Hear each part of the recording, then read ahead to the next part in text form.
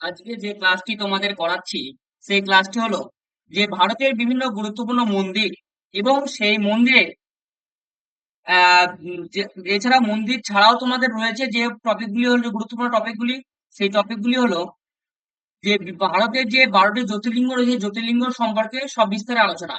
তো যে ভিডিওটি যদি তোমাদের ভালো লাগে অবশ্যই চ্যানেলটি সাবস্ক্রাইব করে দিও। যারা দীর্ঘদিন ধরে ভিডিও দেখছো তারা জানো যে কিরকম ভাবে ক্লাস হয়। ঠিক আছে, তো আজকের প্রথম প্রশ্ন যেটা আছে, মানে প্রথম যে পয়েন্টটা সেটা রাম মন্দির। রাম মন্দির অবস্থান কোথায়? অযোধ্যা। কোথায়? অযোধ্যার উত্তরপ্রদেশ। দেবতা এখানে কার না? দেবতা রাম, ভগবান রামের পুজো করা হয়। ভগবান রামের যে বাল্য রূপ আছে, ভগবান রামের সেই বাল্য রূপের পুজো করা হয়। এই মন্দিরটি উদ্বোধন হয়েছিল 2024 সালে 22শে জানুয়ারি। এটা নাগর শৈলীতে নির্মাণ করা হয়েছে।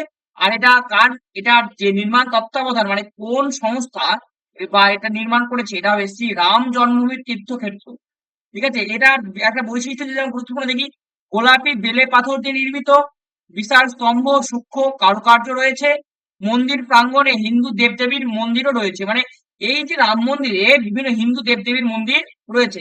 এছাড়াও রয়েছে রাম মন্দিরের সঙ্গে সঙ্গে লব, কুশ, সীতা এবং হনুমানের একটা ছোট চার কোণে যে কি আছে, এই মন্দিরগুলি রয়েছে। এরপরে খাটু শ্যাম মন্দির। এটা খাটু শ্যাম মন্দির। খাটু শ্যাম, খাটু শ্যাম জয় খাটশ্যাম বা খাটু শ্যাম মন্দির, এটা হচ্ছে মহাভারতের সঙ্গে যুক্ত। যখন মহাভারতের যুদ্ধ শুরু হয়েছিল তখন কি হয়েছিল না, ভীমের রাক্ষস পুত্র, তার নাম কি ছিল? তার নাম ছিল ঘটোৎকচ। আর ঘটোৎকচের পুত্রের নাম ছিল বারবারিক।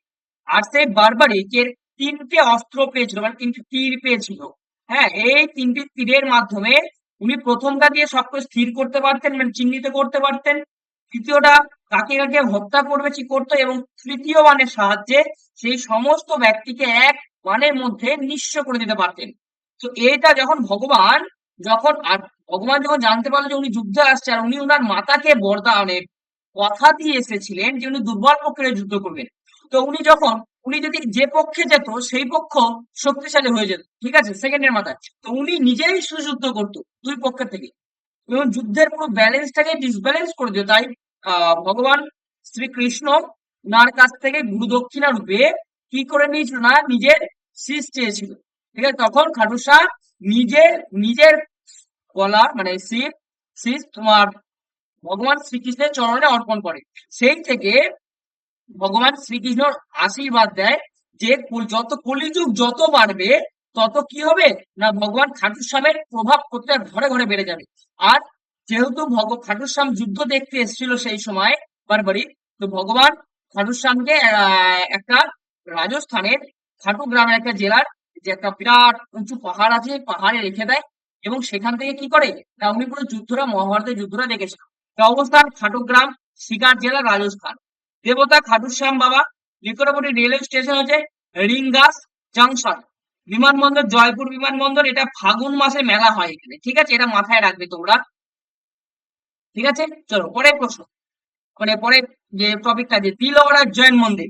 এটা অবস্থান মাউন্ট আবু, সিরোহি জেলা, রাজস্থান। এটা জৈন ধর্ম অবলম্বী মন্দির। এটা 11 থেকে 16 শতাব্দীর মধ্যে নির্মিত হয়েছিল। এটা সোলাঙ্কি যে স্থাপত্য শিল্পের রীতি অনুসারে স্থাপিত হয়েছিল। মোট 5টি মন্দির রয়েছে এখানে। ঠিক আছে, এটা হচ্ছে বিমল বসাহি মন্দির। প্রথম তীর্থঙ্কর ঋষভবনাথকে উৎসর্গিত করা হয়েছে। লুনা বসারিহি মন্দির, তীর্থঙ্কর নেমিনাথের মন্দির। এছাড়া পিত্তলর হার মন্দির, পার্শ্বনাথ মন্দির, মহাবীর স্বামী মন্দির। এটা সম্পূর্ণ সাদা মার্বেল দিয়ে তৈরি। ছাদ, স্তম্ভ এবং দরজায় সূক্ষ্ম খোদাই করা শিল্পকর্ম রয়েছে। ছবিটা হয়তো আমরা বুঝতে পারছি কি জানি না, এখানে খুব সূক্ষ্ম সূক্ষ্ম ডিজাইন রয়েছে। বাইরের তুলনামূলক সাধারণ হলো, ভেতরে কারুকার্য খুব একটাই। যদি তোমরা কেউ মুর্শিদাবাদ যাও, মুর্শিদাবাদ কাঠগোলা বাগান মানে ওখানে তোমরা দেখতে পাবে কত সুন্দর সুন্দর একটা জৈন মন্দির রয়েছে। ওখানে কত সুন্দর সুন্দর কারুকার্যগুলি অনেক রয়েছে। ঠিক আছে, খাজুরাহ মন্দির। এটা খাজুরাহ মধ্যপ্রদেশে অবস্থিত। এটা আনুমানিক 950 থেকে 1050 খ্রিস্টাব্দে নির্মাণ হয়েছিল। এটা নির্মাণ করেছিল চান্দেল রাজবংশ। হিন্দু ও জৈন মন্দির সংমিশ্রণে এটা একটি। এটা ইউনেস্কো স্বীকৃত 1986 সালে বিশ্ব ঐতিহ্য স্থানে হিসাবে ঘোষিত হয়েছে। ঠিক আছে, এটা খাজুরাহো মন্দির সূক্ষ্ম পাথরের খোদাই করা ভাস্কর্যের জন্য বিখ্যাত। এটা দেবদেবী নিত্য দৈনন্দিন জীবন এবং মানব আবেগের বিভিন্ন দৃশ্য এখানে তুলে উঠেছে। ইউনেস্কো ওয়ার্ল্ড হেরিটেজ সাইট এটা বললামই। ঠিক আছে, এটা কান্দারিয়া মহাদেব মন্দির সবচেয়ে বড় এবং বিখ্যাত শিব মন্দির। লক্ষণ মন্দির বিষ্ণু দেবতা উৎসর্গীকৃত প্রাচীন মন্দির। বিশ্বনাথ মন্দির ও পার্শ্বনাথ জৈন মন্দির এই একটি মন্দিরের মধ্যে রয়েছে। এবার সাঁচি স্তূপ, তোমরা সাঁচি স্তূপ দেখেছো? সাঁচি স্তূপ কত টাকা নোটে দেখেছো তোমরা অবশ্যই আমাকে কমেন্টে জানাবে। ঠিক আছে, অবস্থান সাঁচি মধ্যপ্রদেশ। এটা বৌদ্ধ ধর্ম অবলম্বী। খ্রিস্টপূর্ব তৃতীয় শতাব্দীতে নির্মিত হয়। এটা নির্মাণ করেন সম্রাট Ashoka. UNESCO world heritage site দ্বারা স্বীকৃত।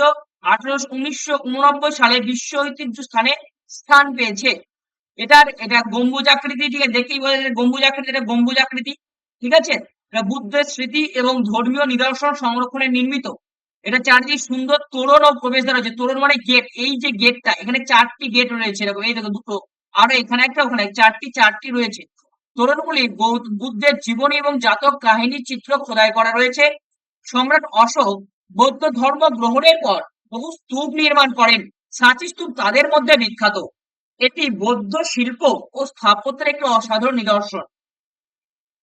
এখানে কি কি প্রশ্ন আসতে পারে? যে সাঁচি স্তূপ কোথায় অবস্থিত? মধ্যপ্রদেশ। কে নির্মাণ করেন? সম্রাট অশোক। কোন ধর্মের স্মৃতি? এটা বৌদ্ধ ধর্মের স্মৃতির উদ্দেশ্যে। কবে ইউনেস্কো ওয়ার্ল্ড হেরিটেজ সাইটের মর্যাদা পায়? 1989 সালে। দেখো আমি এখান থেকে যে প্রশ্নগুলো আসতে পারে সেগুলো দিয়ে দিয়েছি, তোমরা কমেন্টে জানাবে কত টাকা রয়েছে। তারপরে স্বর্ণ মন্দির, যেটা আমাদের বিখ্যাত গুরুত্বপূর্ণ। হার মন্দির সাহিব নামেও পরিচিত এই স্বর্ণ মন্দিরটি। এটা শিখ ধর্ম অবলম্বী মন্দির। এটা নির্মিত হয় 1551 সালে। কত সালে বললাম? 1551 সালে। প্রতিষ্ঠাতা গুরু অর্জুন দেব। এবং এটা সোনার আবরণ যুক্ত একটি গম্বুজ, এইরকম। তাই একে স্বর্ণ মন্দির বলা হয়। এখানে কেননা এর উপরে সোনার পাত দিয়ে আবৃত, তাই একে কি বলা হয়? স্বর্ণ মন্দির। ঠিক আছে, মন্দিরটি অমৃতসরে অবস্থিত। এখানে একটা পবিত্র জলাশয় রয়েছে। প্রতিদিন হাজার হাজার মানুষ লঙ্গরখানায় খেতে পারে, যেখানে বিনামূল্যে খাবার পাওয়া যায়। শিখ ধর্মে তাকে লঙ্গরখানা বলা হয়। সব ধর্মের জন্য এই মন্দির খোলা আছে। স্বর্ণ মন্দির শিখ ধর্মের একটি আধ্যাত্মিক কেন্দ্র। এখানে শিখ ধর্মের পবিত্র গ্রন্থ গুরু সাহিব এখানে সংরক্ষিত রয়েছে। ঠিক আছে, এখান থেকে গুরুত্বপূর্ণ প্রশ্নগুলি একবার দেখে নাও।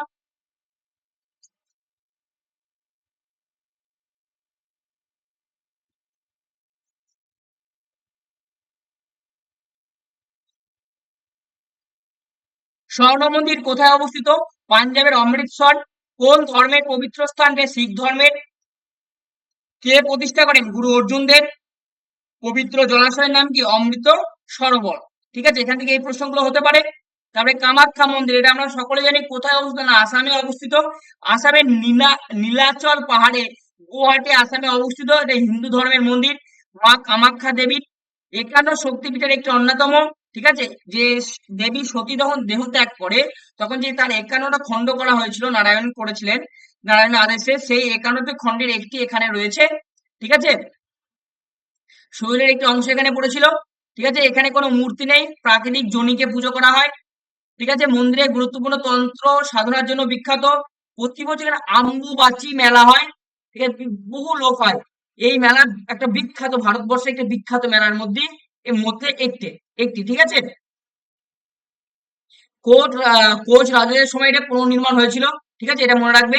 এখানে গম্বুজ এবং ভাস্কর্যের আসামিয়া শিল্প স্থাপত্যের প্রভাব এখানে দেখা যায়। চলো পরেরটা দেখি। কামাখ্যা মন্দির কোথায় অবস্থিত? আসাম, গুয়াহাটি। প্রশ্নগুলো তোমাদের দিয়েছি যাতে তোমরা বুঝতে পারো যে কোন কোন প্রশ্নগুলো পরীক্ষায় এসেছে। এগুলো পরীক্ষায় আসা প্রশ্ন। কোন পাহাড়ে অবস্থিত? নীলাচল পাহাড়ে। কততম শক্তিপীঠ? 51তম শক্তিপীঠ। বিখ্যাত মেলা আম্বুবাচি মেলা। তারপরে এটা মামা ভাঞ্জা মন্দির। মামা ভাঞ্জা মন্দির ছত্তিশগড়ের বারসুর অঞ্চলে অবস্থিত প্রাচীন শিব মন্দির। ঠিক আছে, এই শিব মন্দির মধ্যযুগের স্থাপত্য, পাথরের সব খুব সূক্ষ্ম কারুকার্য আছে এখানে। ঠিক আছে, এটা ছত্তিশগড়ের বারসুরে, বললাম একটু, হিন্দু ধর্ম, ভগবান শিব। আনুমানিক 11 শতাব্দীতে এটা নির্মিত হয়েছিল। ঠিক আছে, লেখা অনুযায়ী এই মন্দির মামা ও ভাঞ্জা একসঙ্গে নির্মাণ হয়েছিল, তাই এই মন্দির নাম কি হয়েছে? মামা ভাঞ্জে মন্দির। ঠিক আছে, এই মন্দিরটি নাগরী বলা হয় কারণ এই মন্দিরের যে ভাগগুলো রয়েছে সেই ভাগের একটা নাগর শৈলীতে এটি নির্মিত হয়েছে। বিরূপাক্ষ মন্দির, বিরূপাক্ষ মন্দির ভারতের কর্ণাটকে অবস্থিত হাম্পিতে। ভগবান শিবের মন্দির, এটা সপ্তম শতাব্দী নির্মাণ হয়েছিল। দ্রাবিড় এবং বিজয়নগর সাম্রাজ্যের সেই স্থাপত্য শৈলী। ঠিক আছে, এটা ওয়ার্ল্ড হেরিটেজ সাইটের একটি অংশ। এখানে বিশাল গোপুরম বা প্রবেশদ্বার রয়েছে। এই যে এখানকার প্রবেশদ্বারকে বলা হয় কি গোপুরম, এটা মনে রাখবে, এটা বিরাট ইম্পর্টেন্ট। ঠিক আছে, আর তারপরে পরে দেখি কি আছে। এটা গোমতেশ্বর মন্দির, গোমতের শ্রবণ বেলগোলায় অবস্থিত কর্ণাটকে। এটা জৈন ধর্মের অবলম্বী। এই মন্দিরের দেবতা হচ্ছেন বাহুবলী বা গোমাতেশ্বর। এখানে প্রায় 57 ফুট বা 17 মিটার মূর্তি রয়েছে। এটা আনুমানিক 981 থেকে 983 খ্রিস্টাব্দে নির্মিত হয়েছিল। এটা বিশ্বের অন্যতম বৃহৎ মনোলিথিক একখণ্ড পাথরের মূর্তি হিসাবে পরিচিত। এটা বিরাট ইম্পর্টেন্ট, এটা মাথায় রাখবে। এটা তোমরা বিভিন্ন ডব্লিউবিপিএসসি থেকে শুরু করে এসএসসি জিডি এবং ডব্লিউবিপি এবং পঞ্চায়েতের বিভিন্ন ডিপার্টমেন্টের জন্য বিভিন্ন ডিপার্টমেন্টের যে সমস্ত এক্সাম গুলো হয় সেই সমস্ত এক্সামে এই টপিকটা একটা গুরুত্বপূর্ণ স্ট্র্যাটেজিকে। কর্ণাটকের সূর্য মন্দির, ঠিক আছে, কোটায় উড়িষ্যায় অবস্থিত। 13তম শতাব্দীতে নির্মিত হয়েছিল। এটা নির্মাণ করেছিলেন রাজা নরসিংহদেব। পরীক্ষায় বহুবার এসছে।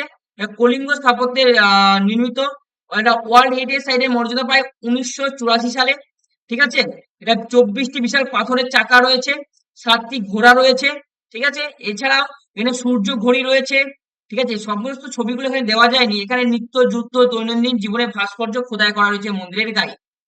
এছাড়াও এই মন্দিরের ভারতের স্থাপত্য এবং জ্যোতিষ বিজ্ঞানের অন্যতম নিদর্শন। এটা মনে রাখবে। এটা কত টাকার মুদ্রা, কত টাকাতে আছে তুমি বলবে, কত টাকাতে রয়েছে, এগুলো কমেন্টে জানাবে আমাকে।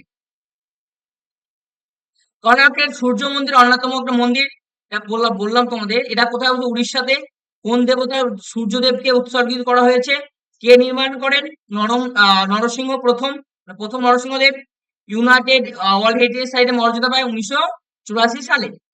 পরের প্রশ্ন, লিঙ্গরাজ মন্দির, এটা কোথায়? উড়িষ্যার ভুবনেশ্বর। ভগবান শিবের লিঙ্গ রূপে এখানে পূজিত হন। ঠিক আছে, সোমবংশীয় রাজা নির্মাণ করেন। এটা কলিঙ্গ স্থাপত্যের মন্দিরের উচ্চতা প্রায় 180 ফুট। ঠিক আছে, এখানে দেউল শৈলীতে নির্মিত হয়েছে এটি।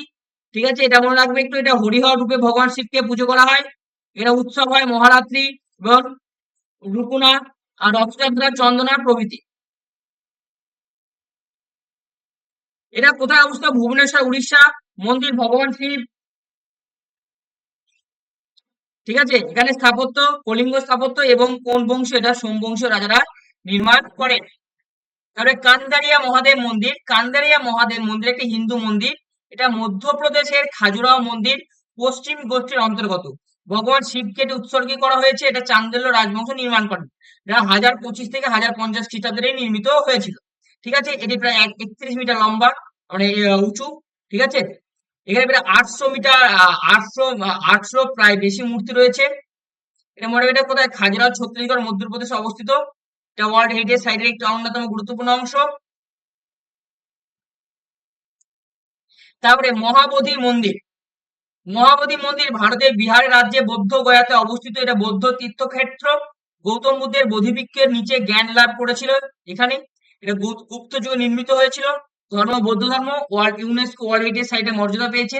বোধিবৃক্ষ, বজ্রাসন এবং বিশালাকের বৌদ্ধ মূর্তি এখানে রয়েছে। ঠিক আছে, তারপরে তিরুপতি ভেঙ্কটেশ্বর মন্দির, তিরুপতি ভেঙ্কটেশ্বর মন্দির তোমার এটা কোথায়? তিরুপতি অন্ধ্রপ্রদেশে অবস্থিত। তিরুমালা পাহাড়ে অবস্থিত। এটা হিন্দু ধর্মের মন্দির, পবিত্র মন্দির। এটি একটি সবচেয়ে বড় লোক মন্দির। এটা অনেক সোনা এখানে রয়েছে।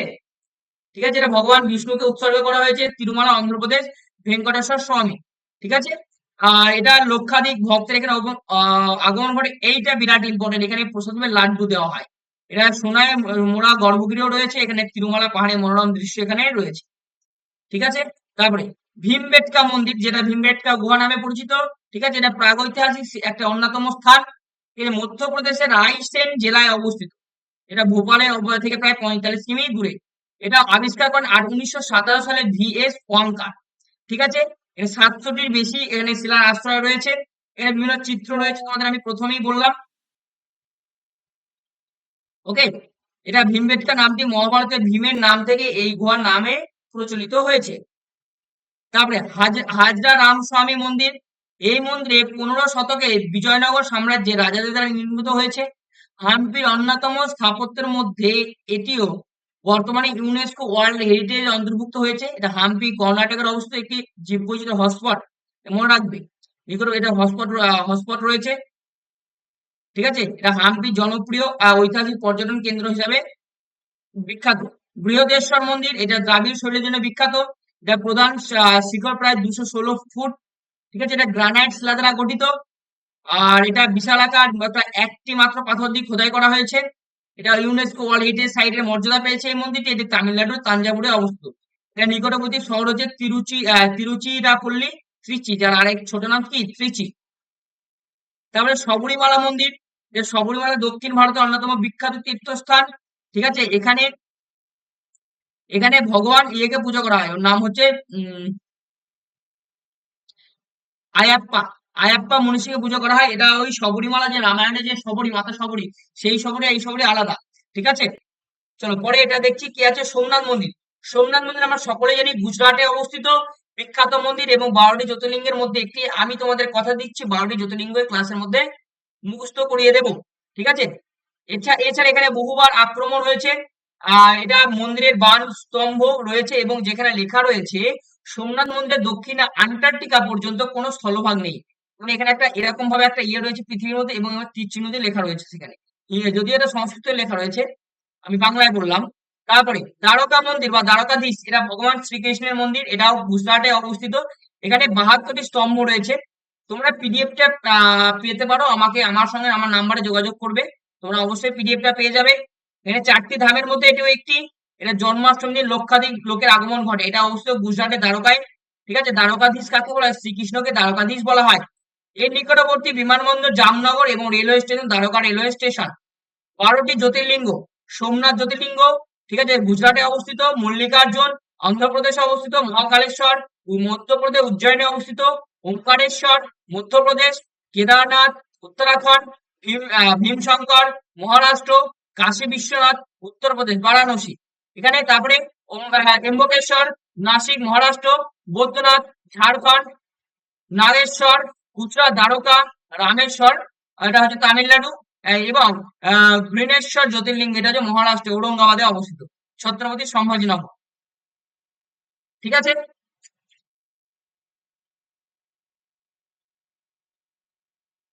প্রথম জ্যোতির্লিঙ্গ হিসাবে ধরা হয় সোমনাথ মন্দিরকে, এবং কেদারনাথ জ্যোতির্লিঙ্গ সবচেয়ে উঁচু পার্বত্য অঞ্চলে অবস্থিত। কাশী বিশ্বনাথ জ্যোতির্লিঙ্গ গঙ্গার তীরে অবস্থিত। তাহলে আমি তোমাদের এই যে জ্যোতির্লিঙ্গ 12টি দেখালাম এবং কোনটা কিভাবে আসতে পারে তার এই 3টি ইম্পর্টেন্ট। এছাড়াও আরেকটি গুরুত্বপূর্ণ, আমাদের যে হিন্দুদের যে মঠ ইয়েগুলো রয়েছে তার মধ্যে একটি দেখো, এখানে শঙ্করাচার্যের যে 4টি মঠ রয়েছে। আদি শঙ্করাচার্য ভারতের চারদিকে হিন্দু ধর্ম ও বেদান্ত দর্শনের প্রচারের জন্য 4টি মঠ প্রতিষ্ঠা করেন, এটা 4 মঠ নামে পরিচিত। শৃঙ্গেরি সারদা পীঠ কর্ণাটক দক্ষিণ ভারত, মানে দক্ষিণে এটা যজুর্বেদের সঙ্গে সম্পর্কিত। গোবর্ধন মঠ পুরী উড়িষ্যা, এটা পূর্ব ভারতের ঋগ্বেদের সঙ্গে সম্পর্কিত। দ্বারকা সারদা পীঠ গুজরাট পশ্চিম ভারতে, এটা সামবেদের সঙ্গে সম্পর্কিত। জ্যোতির্মঠ উত্তরাখণ্ড উত্তর ভারতে, এটা অথর্ববেদের সঙ্গে সম্পর্কিত। মনে রাখবে, পূর্বে পুরী, পশ্চিমে দ্বারকা, উত্তরে জ্যোতি, দক্ষিণে শৃঙ্গেরি। তাহলে কি বললাম? পূর্বে পুরী, পশ্চিমে দ্বারকা, উত্তরে জ্যোতি, দক্ষিণে শৃঙ্গেরি, ঠিক আছে। তোমরা পিডিএফটার জন্য অবশ্যই আমার সঙ্গে যোগাযোগ করবে। আর ভিডিওটি কেমন লেগেছে অবশ্যই আমাকে জানাবে। আবারও দেখা হবে তোমাদের সঙ্গে পরে কোনো এক ভিডিওতে।